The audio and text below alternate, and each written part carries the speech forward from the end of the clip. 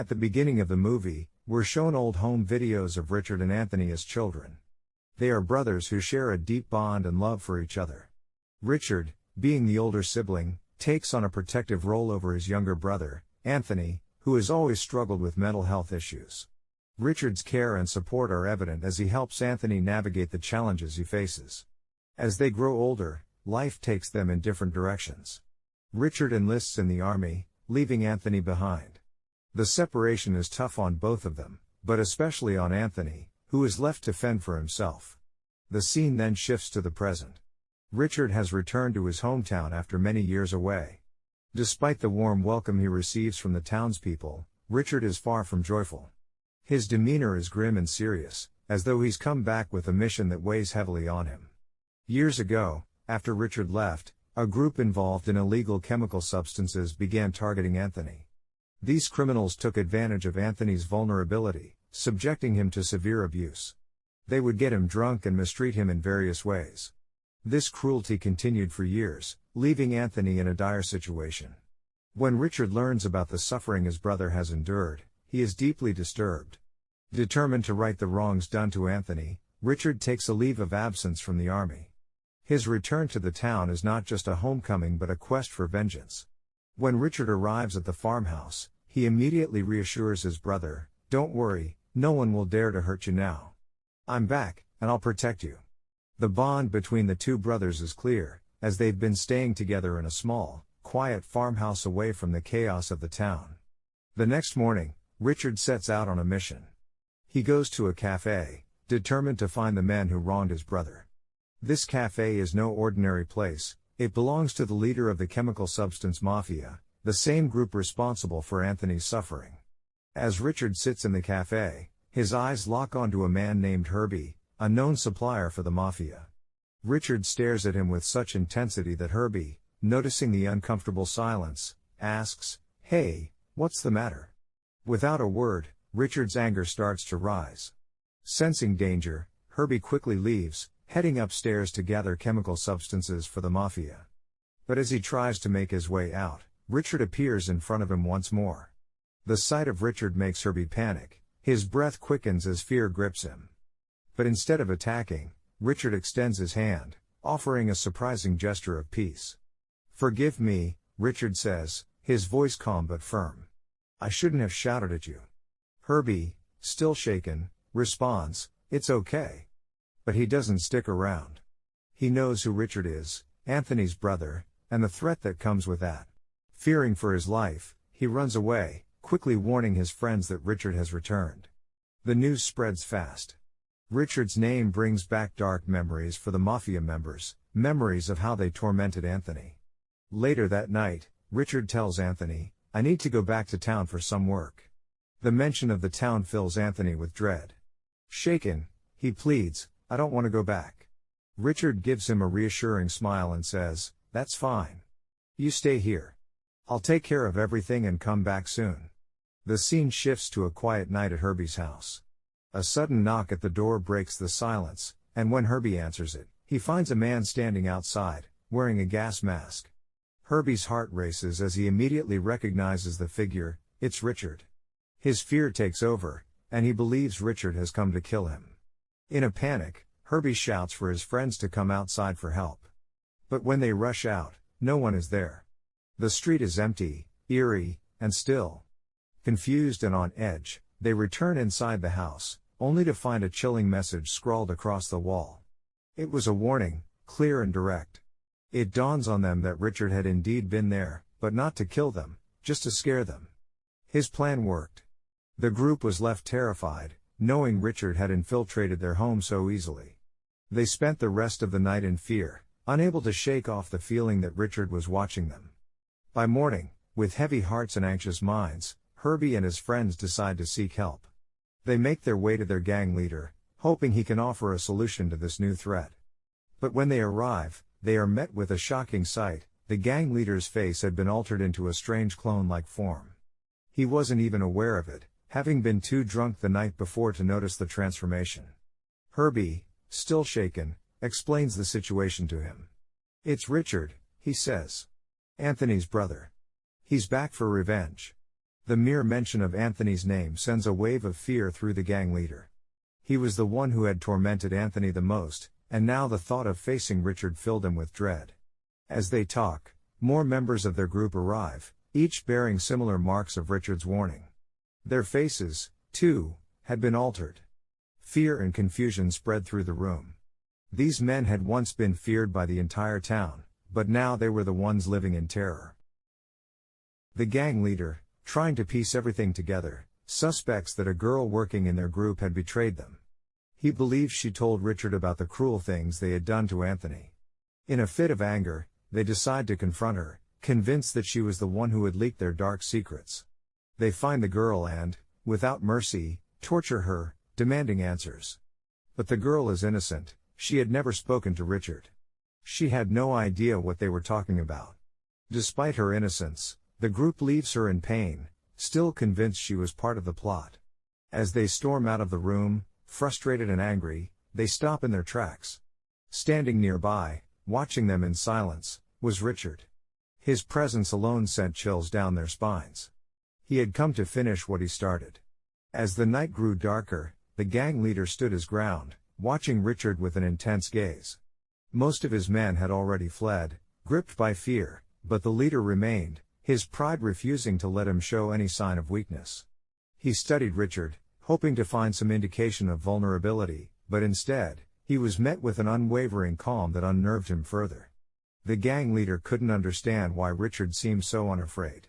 It was clear that he wasn't intimidated by their reputation or the power they held in the town. The leader's frustration grew as Richard's confidence remained unshaken. The memory of the previous night gnawed at him, the strange encounter where Richard could have easily killed him but instead chose to leave a warning.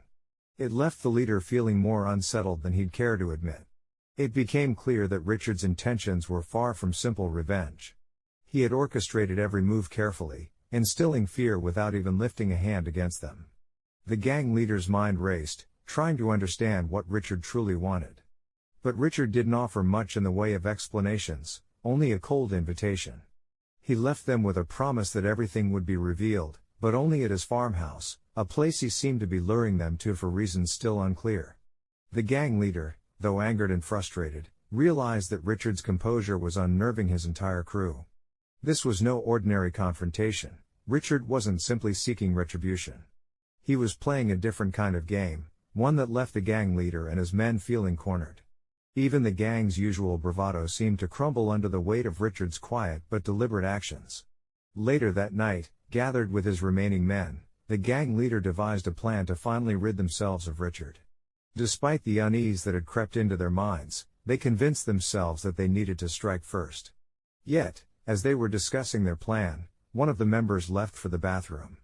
Time passed, and he didn't return, heightening the tension in the room.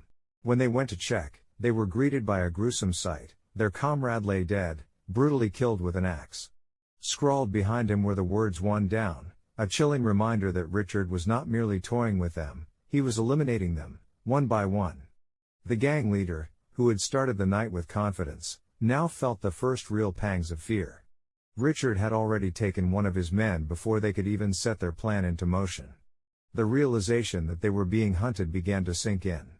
Now, the stakes were higher, and their fear grew as they realized they were dealing with someone far more dangerous than they had anticipated. Morning came with little relief. Determined to end the threat once and for all, the gang leader and his remaining men armed themselves and prepared to face Richard. The leader, clutching a rifle, directed his men toward Richard's farmhouse, intent on drawing him out. He sent one of his companions inside to search for Richard, hoping to finally bring an end to the man who had shaken them to their core. However, as they moved closer to the farmhouse, it became clear that Richard had been waiting for this moment, and whatever was about to unfold, it would not be in the gang's favor. As soon as Richard stepped out, the gang leader panicked and fired his rifle. However, the bullet didn't hit Richard. Instead, it struck one of the gang leader's own men, killing him instantly. This mistake was made even worse by the fact that the gang leader had only brought one bullet with him, thinking that one shot would be enough to take Richard down.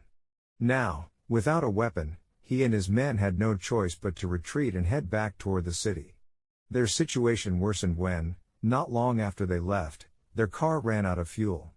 Desperate, they stopped at a gas station, but fear gripped them tightly. One of the group members, who was especially terrified, tried to convince the others to go somewhere else, knowing that Richard would likely come after them. But none of the others agreed, and so he left the group, abandoning them to face their fate. As if their luck couldn't get worse, their car broke down completely, forcing them to walk the rest of the way. Realizing the danger they were in, the group decided to stay together, knowing their chances of survival were higher if they did. They eventually made it to the gang leader's house. Feeling a false sense of security, they gathered whatever weapons they could find. They decided to search the house, starting with the upper portion, thinking that Richard might have hidden there. But Richard wasn't upstairs. Instead, he was lurking in the kitchen. While they were distracted, he quietly poured chemical substances into the kettle they used for tea. Unaware of what had happened, the men made tea and drank it. Shortly after, they began to feel the effects of the chemicals. The dose was too strong, and they quickly started losing consciousness, struggling as if they were suffocating. Richard watched them suffer, wanting them to feel some of the pain his brother had endured. After letting them suffer for a while, Richard took the gang leader into another room. He tied a plastic bag over the leader's head, suffocating him before finishing him off with a gunshot. The leader was dead, but Richard's mission wasn't over yet. He then approached Herbie, who had been spared the worst of the torture. Richard saw something different in Herbie and decided not to kill him. Instead, he told Herbie that he wouldn't face the same fate as the others, but only if he agreed to help him. To drive his point home, Richard opened a suitcase, revealing the dead body of their former companion, the one who had left earlier that morning, trying to escape. Herbie was left speechless, realizing there was no escaping Richard's wrath. Herbie was utterly terrified after seeing the body of their former companion in the suitcase. Fearful for his own life, he quickly agreed to help Richard. Richard's next target was another member of the group, a man named Mark. Herbie, trembling, provided Richard with Mark's address. Richard, seemingly pleased, hugged Herbie, but this gesture wasn't out of friendship. It was a deceitful move. As Richard embraced Herbie, he stabbed him from behind, killing him instantly. With Herbie eliminated, Richard moved forward with his plan. The scene cuts, and we now see Richard arriving in Mark's town, accompanied by his brother Anthony. Upon his arrival, Richard spots Mark's children. In a chilling move, he hands the children a knife and a mask, instructing them to take the items to their home and tell their father that they were given to them by the soldier. The innocent children, unaware of the danger, follow Richard's orders and return home to deliver the items to Mark. Mark's heart sank when he saw the knife and mask. Fear gripped him as he quickly ushered his children into the car, realizing that the soldier, Richard, was nearby. Richard's clever plan had worked. He had lured Mark out of the house. While Mark was distracted, Richard approached his house and knocked on the door. When Mark's wife answered, Richard told her to inform Mark that Anthony's brother, Richard, had come to visit. When Mark returned home, his wife passed on the message. The moment Mark heard Anthony's name, his mind froze. Panic set in as he realized his past actions had finally caught up to him. Knowing he was close to death, Mark confessed the truth to his wife. He admitted that Anthony had been part of their group, a vulnerable member they had abused and forced to use chemical substances. The group had mistreated him, mocking his mental weakness and taking advantage of his inability to fight back. Mark, desperate to clear his conscience, insisted that while he had never personally abused Anthony, his grave mistake was failing to stop the others. He recounted the tragic events, how the group members had overdosed Anthony, then beaten him when their anger hadn't subsided. Eventually, they tied a rope around Anthony's neck, tormenting him by making him fall as if he were being hanged. Throughout this ordeal, Anthony had cried out for his brother, Richard, but the group silenced him by threatening that if he continued, his brother would be shot and killed. The abuse had escalated until they locked Anthony in a dark, dangerous room, where, overwhelmed by despair, he ended his own life. This heartbreaking revelation came with a dark twist. The Anthony that had been seen alongside Richard all this time wasn't real. Anthony had died years ago, and what appeared to be his presence was merely a figment of Richard's imagination, a manifestation of Richard's guilt for abandoning his brother. Richard had been tormented by the regret of leaving Anthony behind, and that guilt had driven him to seek revenge against those responsible. When he had returned for Anthony's funeral, Richard, a trained soldier, had realized that his brother's death wasn't a simple suicide. From that moment, he had vowed to uncover the truth and punish everyone involved. Richard brought Mark to the same dark room where Anthony had died. Filled with rage, he demanded that Mark tell him exactly what had happened on the day of Anthony's death. Mark, already consumed with guilt, repeated the same story he had told his wife, pleading for Richard's forgiveness. He swore he hadn't physically hurt Anthony but admitted his failure to stop the abuse. Richard, overwhelmed by his own guilt, listened in silence before acknowledging his own role in his brother's tragic fate. He confessed that he, too, had abandoned Anthony, considering him a burden. This guilt had been tearing him apart, and now that he had taken revenge on those responsible, he felt there was only one person left to punish: himself. In a moment of anguish, Richard pleaded with Mark to kill him, believing it was the only way to atone for his own failures. Mark, unwilling to commit such an act, refused at first, but Richard insisted, forcing him to act. Finally, unable to bear the pressure, Mark stabbed Richard in the stomach, ending his life. With Richard dead, Mark, now haunted by the weight of everything that had happened, returned home. As the camera followed him on his way back, the story drew to a close, leaving behind a trail of broken lives and unresolved grief. Remember to subscribe and turn on notifications, so you can watch more movies like this. Thanks for watching.